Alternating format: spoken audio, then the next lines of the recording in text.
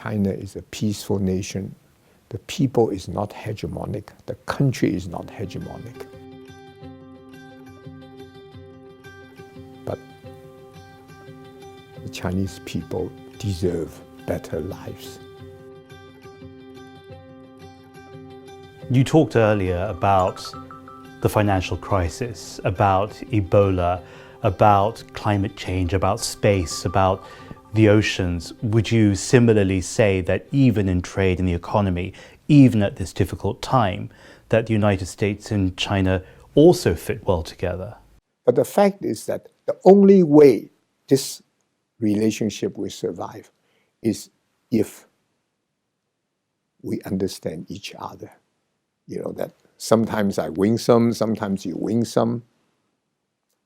And in the case of trade relationship, I think this is entirely possible. And there are things which is difficult. For instance, intellectual property. You know, it's really a difficult one because America, a whole lot of American people really believe China steals the American intellectual property on and on and on, and still doing these things. But on this particular issue, for instance, I would say this, that 1978 up to the early 80s and so on and so forth, when China was beginning to recover from the Cultural Revolution, at that time, I do believe there will be a lot of intellectual property violation.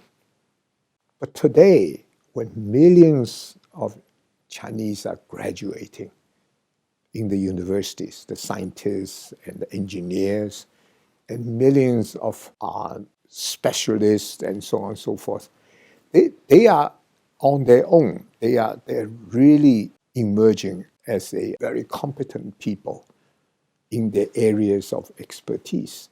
China is now really improving on the court system, on the legal system, in part because responding to international criticism, but also in part because there's a whole lot of people who are now in China who are now creating all these science and technology inventions and so on. They need to be protected also.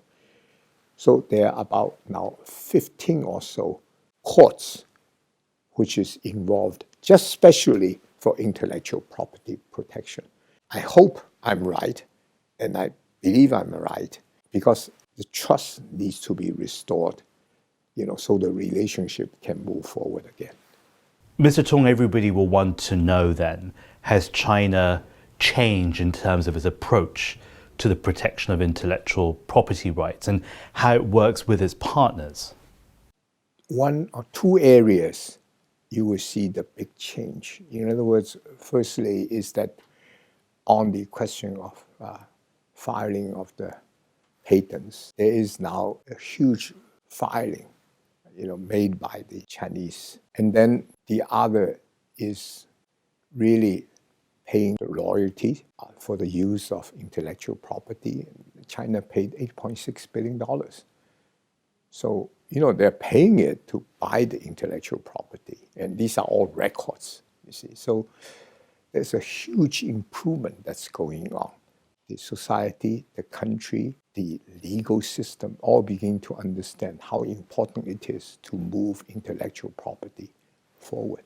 So my suggestion is that, yes, we still have to be vigilant, but let that not be in the way of a better U.S. China science and technology relationship. Should the world be worried about a China that has less poverty, that is more growth, and one that in the future will become a developed country itself? For China, our total per capita at this moment is only $10,000 per capita. And yes, China is the second largest economy in the world, but you divide that by 1.4 billion population, you come out that kind of a number.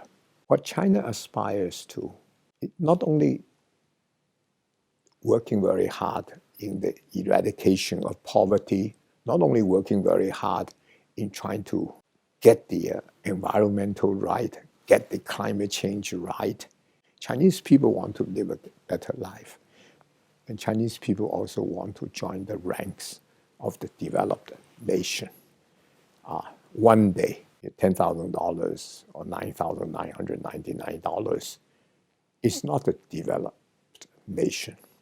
Chinese people, a few hundred years ago in the Tang Dynasty, they had 30% of the GDP of the world.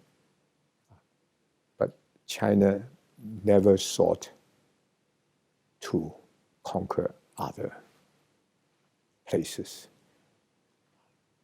China would not do that. China is a peaceful nation. The people is not hegemonic. The country is not hegemonic. But the Chinese people deserve better lives.